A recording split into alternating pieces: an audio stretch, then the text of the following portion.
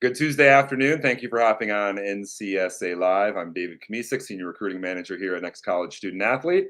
I hope everyone had a great Labor Day weekend and a chance to hopefully enjoy some college football as we're certainly hitting the fall here. And we appreciate you tuning in to NCSA Live here. We're going to hit on a few topics today, but we're going to really start by diving into some recruiting questions that we get that are common. So we're going to dive into some questions about preparing for conversations with college coaches, how to prepare, what to expect, questions that college coaches may have for student athletes. And then we're going to dive more specifically into NCSA, your recruiting profile. Something we hear from a lot of student athletes and families is how to get more views and really maximize the exposure that the NCSA profile is able to have. So encourage any questions. So whatever platform you're watching us on, whether it's YouTube, Twitter, Facebook, wherever you're at, jot any questions down you have, whether it be something specifically we talk about, or anything in the general theme of the recruiting process. I'm fortunate to be joined by one of our recruiting managers, Philip Wells. Philip, college football is here. I'm sure you had a good weekend of watching some pigskin.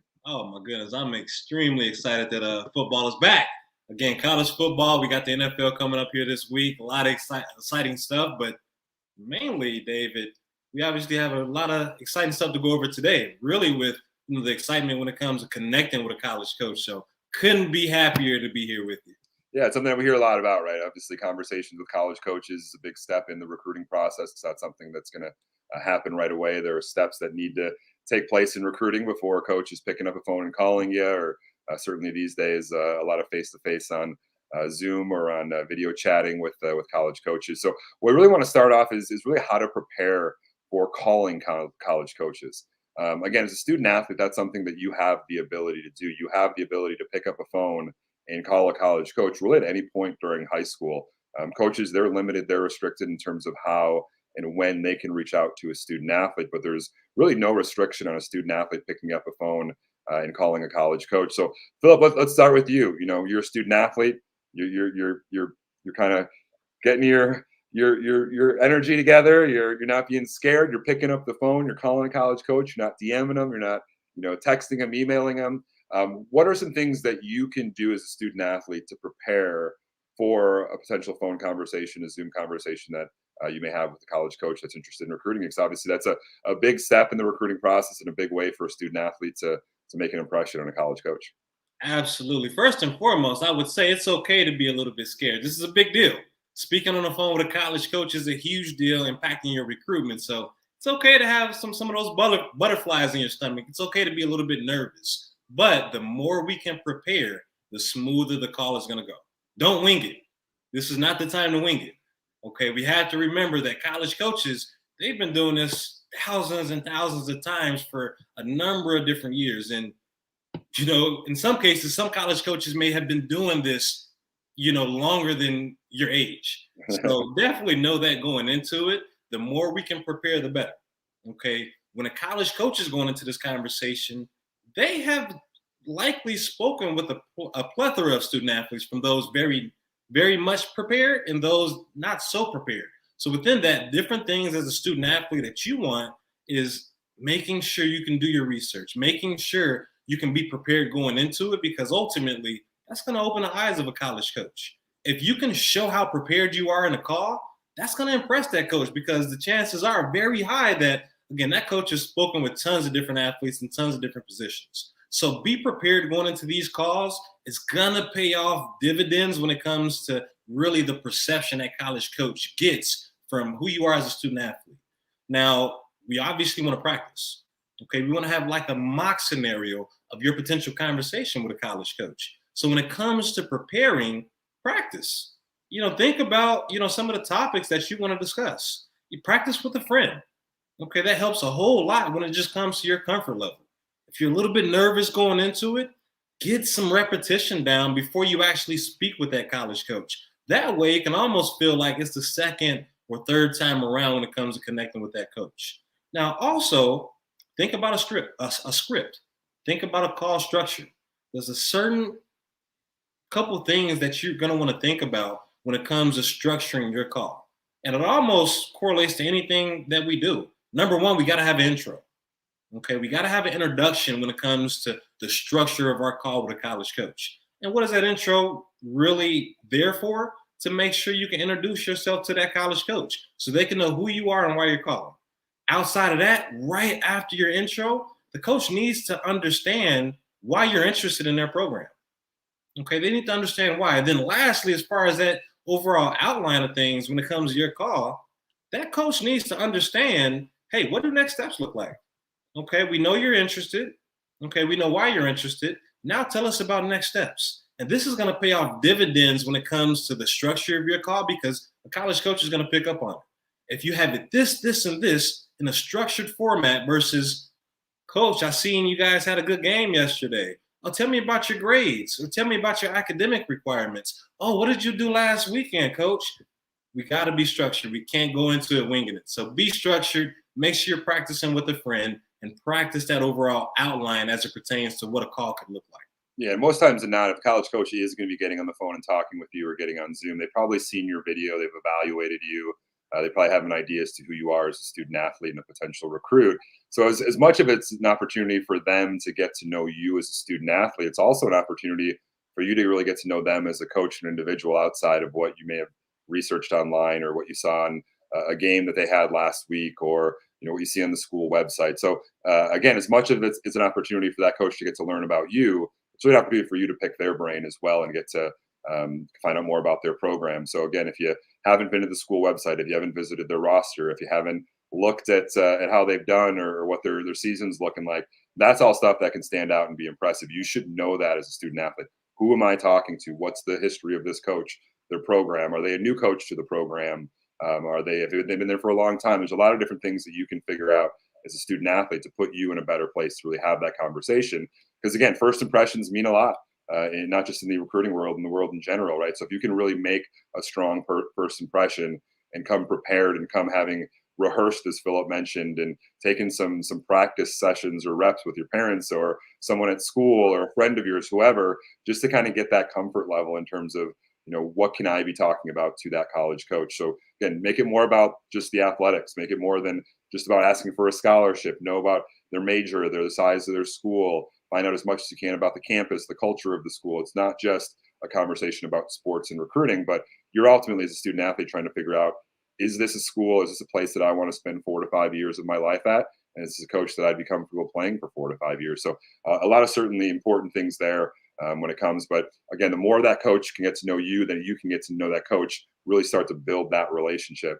That's when it's going to be important. But Philip, we sort of touched on if a college coaches are going to have questions for the student athlete, they're going to put you on the spot. They're going to grill you a little bit. So what can student athletes expect college coaches to be talking to them about? What should they kind of have a practice or have some reps in terms of communicating to a college coach? Yeah, we got to be ready for the questions. We have to absolutely be ready. And the way in which we answer may actually go a long way to actually explaining our character as well to that college coach. So first and foremost, we got to know that honesty is always going to be the best policy.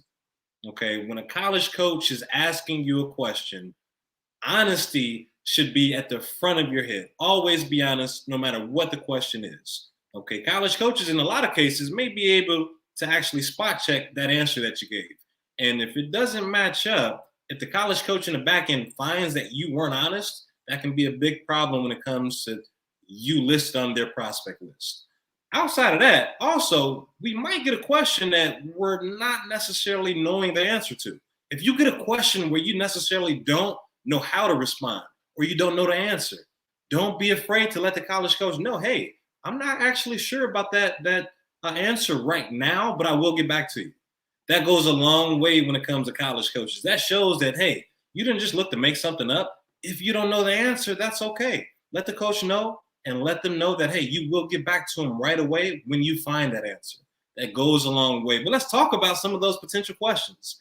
These are not something that every college coach is going to ask, but frequently what we see, academics. Okay, we see college coaches asking about GPAs. We see college coaches asking about test scores. They have to know what those look like. Be very upfront, be very honest. If you say something that's not true, and then that college coach checks in with the academic advisor at your high school and sees different numbers, that's a red flag. Okay, so be prepared to talk about your GPA, your test scores, your overall transcripts as a whole. Be prepared for that. Okay, number 2, strengths and weaknesses as a player. Okay. College coaches are going to actually get to know your strengths and weaknesses. But if you can be upfront ahead of time and be very honest and genuine about really where your strong parts lie, where your strengths lie, that's going to go a long way for that college coach because they're going to actually know how to replicate those strengths. And that's going to go a long way because they're going to know how to mitigate some of those weaknesses or turn those into strengths. So, again, be honest with that as well. If you don't know your strengths and weaknesses, think about it. Think about it because that is going to come up with college coaches. Absolutely. Another frequent question we hear is, "Hey, where else are you interested?" Okay, obviously that college coach knows that you have an interest in their program and you need to talk towards that when you're speaking with that coach. But a lot of times these college coaches are competing. Okay, they're looking to build the best roster, period, the championship roster. And it's not that it's a competitive question when they ask, who else are you interested in? But always be honest with that. Okay. If a college coach knows that you have 3, 4, 5, maybe 10 other schools on their list, maybe that increases their urgency to connect with you. Make sure college coaches know if you have interest in other programs. And then lastly, a couple others that they ask, why do you think you can play at this level? Okay, college coaches want to know your self-reflection. What did what do you do that makes you think you're a good fit for this program, for this division level, for this level of play? Okay. Not necessarily that it needs to be a verbatim answer. It's not necessarily that it needs to be, something set in stone that's going to carry you the rest of your life. Oftentimes, college coaches are looking to gauge your character there and looking to see how aware you are. Okay. Be prepared for that as well. And then lastly, DK, this is a bit of a fan favorite, excuse me, as far as what college coaches ask. Hey, where are you currently in a recruiting process? Okay, where are you currently in a recruiting process? And it piggybacks a little bit from, what other programs you're interested in. But if you maybe have another scholarship offer, okay, maybe you have interest in staying close to home. Maybe, you're looking at a major that school doesn't offer. Really important. We're explaining all that to a college coach and really just being upfront and honest with them when it comes to our best interest and their best interest as well. Yeah, don't be afraid to have a cheat sheet, right? Don't be afraid to have a computer pulled up or notes written down or answers to these. And always have a weakness. Always have a weakness because I can tell you, and Philip can tell you, having interviewed candidates for working at NCSA, if someone says they don't have any weaknesses, that's a concern, right? Be aware of where you need to be. But again, as a student athlete, it can be a nerve wracking process getting on phone, getting on a Zoom with a college coach. So the more preps, the more rehearsed that you are, the more that you have notes or certain questions to ask or certain topics to hit on. That's all going to be important. But at the end of the day, be yourself, right? You're going to be with this coach potentially for 4 to 5 years. That coach is really trying to get to know you. You're obviously trying to get to know that coach and that program and see if it's a good fit. You're playing a little bit of matchmaking there early on. So some certainly good tips there from Philip regarding college coaches, some questions they're asking and how to really approach those conversations.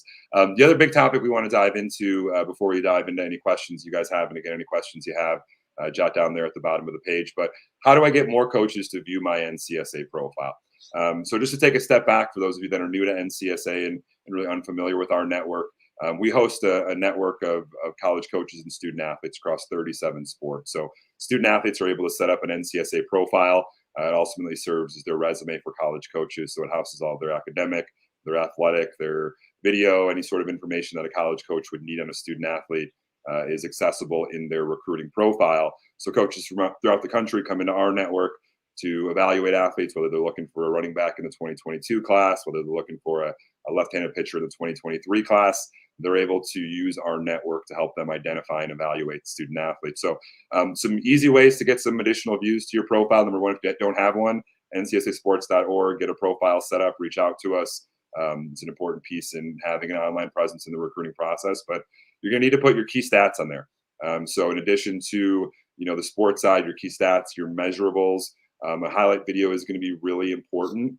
Those are going to be some of the key things that college coaches are going to look for. They don't want to see a profile and not be able to evaluate a video or not see where your grades are. They want to see the full body of you as a student athlete to see how you compare versus other sides. So again, video, stats, measurables, any information about you as an athlete as well. But again, the academics, so your GPA, a transcript, your test scores, have all that information accessible. We've found that athletes that have a transcript on their profile are 17 times more likely to receive views by college coaches in our network. So again, having a transcript is huge. If you have a highlight video or a skills video on your profile, that's going to increase the likelihood of your profile getting viewed 12 times over. So those are two big things: transcript and video. Again, that's going to be really important for what college coaches are looking for. And part of the reason college coaches utilize our network is because that's all easily accessible. It's one click of a button in terms of them being able to really evaluate you as a student athlete. So any family that hasn't been through our recruiting assessment process before, you don't have a profile, you're unfamiliar with that, certainly take the time, reach out to us. Again, go to ncsasports.org to start a profile. But makes sense, Philip, right? The more information that coaches have accessible on the NCSA profile, the more visibility it's going to be. When you go through that recruiting assessment, we verify that information. That's going to increase the searchability as well. So certainly an important step here for student athletes that are looking to gain exposure. And again, so much of that is happening online. It always has been the case, but certainly with everything that's happened in the world the last year and a half, we've seen that much more when it comes to the importance of having that online profile. Absolutely. And the last point, just to reemphasize, again, the more you have on the recruiting profile, the more susceptible you are to a college coach finding you. Think about it as Google. Okay, when you search a certain Google page, I don't know necessarily if we go to 2, 3, 4, or 5, that fifth, sixth page. Okay, we always look at the first couple links on the first page. It really acts the same way. The more information you're going to have on that recruiting profile, the more likelihood that college coach will find you when they're searching their criteria. It may just be, hey, I need a candidate with a 3.0 GPA, maybe over 5.5 at this current weight, at this current height. When it comes down to that, if you have that on your profile and it matches you, that's a good chance to connect with a college coach. Let's make sure we have those profiles loaded up for college coaches. Yeah. So again, the online profile, again, everything in the world pretty much starts online these days, right? You're trying to figure something out, you go online. College coaches are doing the same thing. Over the past year and a half, we've had a ton of growth in terms of the college coaches viewing our network. Again, coaches from the D1 level, D2, D3, NAI, junior college, all utilizing our network and being able to search student athletes. So I think it's important, Philip, too, not just to have a profile and hope that it gets viewed. We talked about earlier being proactive and calling coaches. It's the same thing with these profiles, right? Student athletes just don't have a profile online and hope that coaches find it, but student athletes can really be proactive and send that information out to coaches as well. Philip, why don't you talk a little bit about that, the importance of being early on in this process, building that profile. Again, once you're 13 years old in our network, you can have a profile. You can be sending that out to schools. That's also going to increase the possibility that gets viewed if you're sending it to schools versus just waiting for coaches to find you. Absolutely. Absolutely. Now, we all know college coaches, they get a head start. Okay. They start looking at athletes as early as 13 years old. But that's a college coach on a rough search. If we're 13 years old and we have a recruiting profile online housed with all the information that a college coach is going to evaluate, another aspect of impressing that college coach, just like we talked about earlier, the more prepared we can be in conversations. Let's backtrack big time.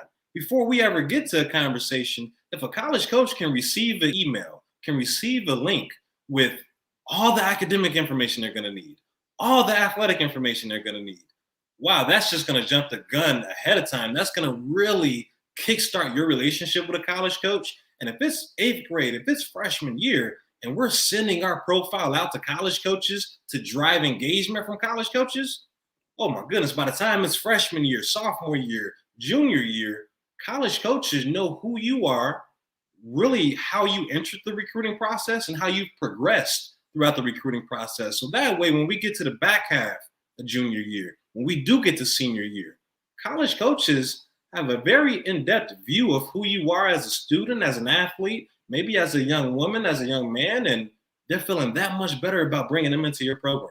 So Yeah, really important that we're proactive.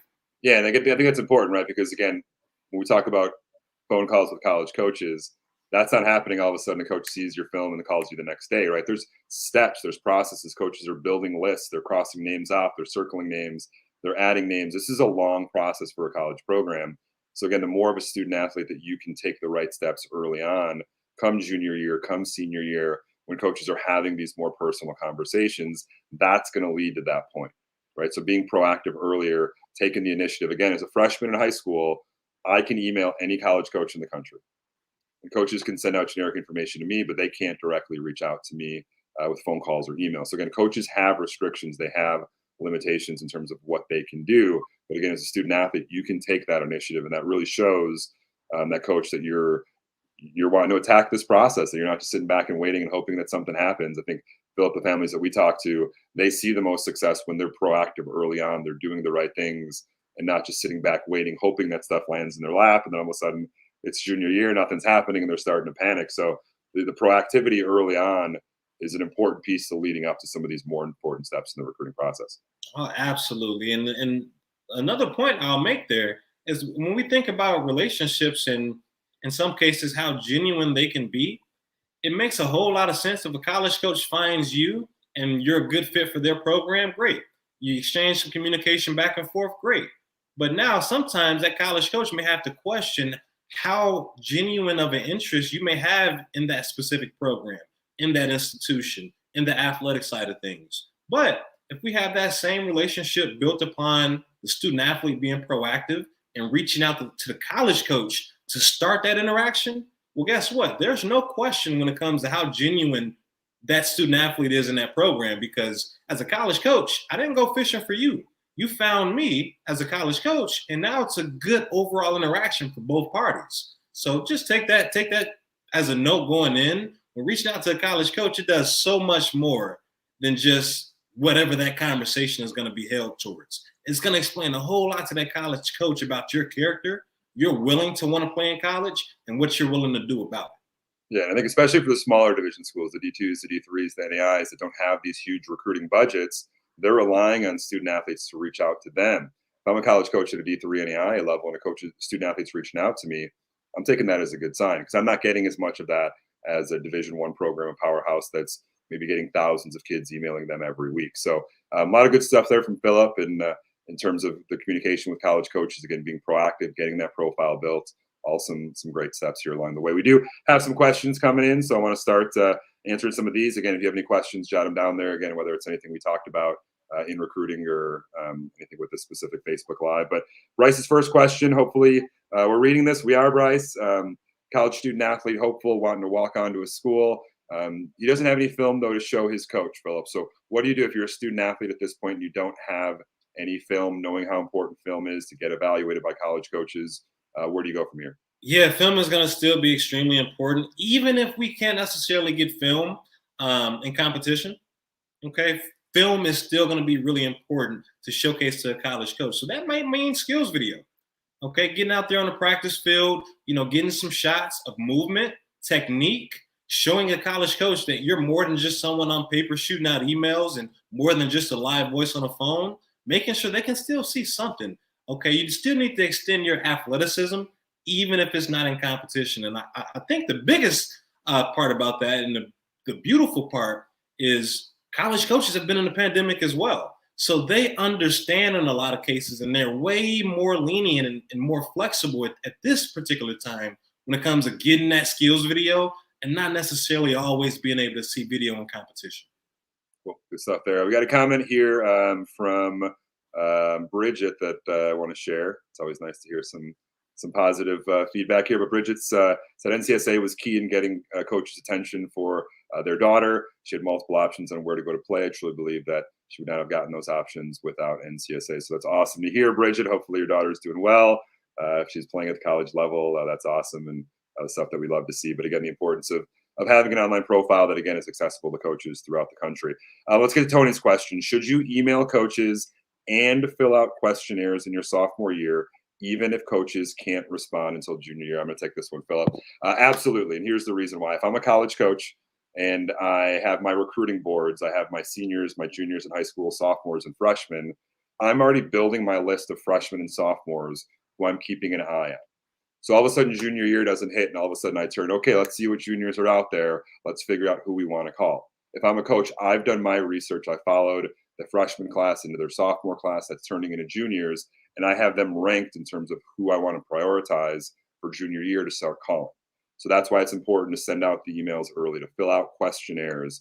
If you have an opportunity to attend some camps, those are things that can be helpful as a freshman or sophomore that can get you seen by that college coach, that may then make them more interested in calling you. If you wait until your junior year to do that, you have freshmen and sophomore who have already been doing that are already on the list. So that coach may have 50 kids on their list, and now you're trying to crack into that list late versus doing the right things freshman and sophomore year to get on that list ahead of time. So again, it can be a huge benefit, a huge add to your recruiting process by filling out questionnaires. Again, even freshman year, eighth graders, we have eighth graders and freshmen in our network that are starting to build traction in recruiting already and get on prospect lists. So the more of that you can do, certainly the better off that's going to be there as well. Philip, a question here specifically about the NCSA profiles. Chrissy wants to know, why do we have to pay separately for multiple sports? Isn't there a way to join together dual athletes? Two profiles, two different sports, coaches wanting two different information. If you want to explain a little bit more about that, Philip. Yeah, really good question there coming from Chrissy. The short answer for it is college coaches, when it comes to football, for example, have access to football profiles. If we're talking basketball, college basketball coaches will have access to the college basketball profiles. So in turn, ultimately, the sport that you're shooting for, you're going to want to have a separate profile for just that particular sport. So college coaches revolved around that sport can view you directly. There's not a whole lot of crossover in that regard. But one caveat I will mention, if we're talking about, for ease of explanation, a student athlete that plays a volleyball and maybe softball, on your volleyball profile, still write down that you also play softball. Because again, college coaches just love the aspect of, in a lot of cases, multi-sport athletes, and just showing that you're able to really balance time management. So still showcase it on there, but again, you will need to have a complete separate profile. And then if that's a softball profile, make sure you put down, hey, I also play volleyball. Cool, good stuff there. Kenny's got a question here. Do smaller colleges require you apply to school prior to an offer? It can really vary by school. It can vary by division level as well. For the most part, an offer can come at any point. We have freshmen or sophomores in high school that are getting offers, and they obviously haven't applied to the school left. Kids are getting offers junior year. For those student athletes who are in a good place academically, there's not really a huge worry as much unless it is a higher academic school. So for the most part, you can get offers before applying to schools. There are kids that are, getting offers committing junior year. They're not signing their national letter of intent until their senior year, but those are steps along the way. And the best way to figure that out is just to really ask the coaches there if they have a certain process when it comes to applying versus being offered a roster spot. But for the most part, you're applying to schools probably late junior year, senior year. Again, offers can go out at any point, freshman year, sophomore year, junior year. So it can really vary by the school. The smaller schools, so Division III schools, they have their own requirements. There's not an NCAA that's governing the Division IIIs in terms of what they're looking for. So it can be a little bit different there. But if you are talking to a school, great question to ask the coach or ask an advisor or somebody within the sports program to understand what's their process when it comes to applying versus offering. But again, most coaches will not offer somebody a scholarship if they're not going to be in a great place academically, right? Most kids are getting those offers knowing they're probably already going to get in those schools. Or as a coach, you have the ability to sometimes help that student athlete get into your school if you really want them bad enough. So some different approaches there. Let's get the last one here. Philip, I'm going to have this one for you. This is from Mike. He wants to know, what age do you recommend we start a profile? 9th grade or earlier, like 7th or 8th. Son plays high-level soccer and football. First off, you have to be at least 13 years old. So sometimes that's 7th grade, sometimes that's 8th grade. But Philip, when's the best time for a student athlete, for a family, to start a recruiting profile on our network? Absolutely. If we're 13 years old, let's get it going. Okay. Ultimately, again, that falls in different years in some cases, different grade years. But typically, that summer going into freshman year is really that showtime kind of feeling. Because in addition to being 13 years old and that being the minimum for when recruiting starts, first day of freshman year, first day of classes, college coaches can start sending generic information. Okay, so we want to make sure before first day of freshman classes, we absolutely have an NCSA recruiting profile up and running so college coaches can start evaluating moving forward throughout your recruiting journey. Yeah, I think it depends too on the student athlete situation, right? If your son's not fully committed, your daughter's not fully committed, maybe wait to have that conversation. I can do some experience. My nephew turned 13. He's a travel baseball player. The day after his 13th birthday, I'm like, let's get your profile going. Let's do this. And he wasn't ready. He wanted to wait. He wanted to wait until another travel ball season. And then this past summer, we got his profile up and running. So have that conversation with your student athlete. Again, make sure it's something they're committed to. They're ready to put in the work. Again, it's a still is a lot of work for a student athlete to be involved with their profile. But like Philip said, if you know your student athlete's committed, they want to play, they're 13 years old, get that profile started, the sooner the better. But again, we have kids junior, senior year that suddenly realize they want to play, or they kind of have that late growth spurt, or whatever the case is, that could start a profile as well. But bottom line with recruiting, like most things in life, the earlier you are, the more prepared you are, the better you're going to really be down the road for the recruiting process. So appreciate the questions that were coming in. We are hitting the half hour point here, so I do want to start to put a bow on this with some commitments. As we do every week, we're going to recognize some NCSA student athletes that have made their college decisions. So Philip, we're going to start with you on the lacrosse field, I believe. Awesome. Favorite segment of the day for sure. Huge win for the Starr family. Gavin Starr headed to Caldwell University. Really cool action start from him here there on the lacrosse field. And quick background from the Starr family.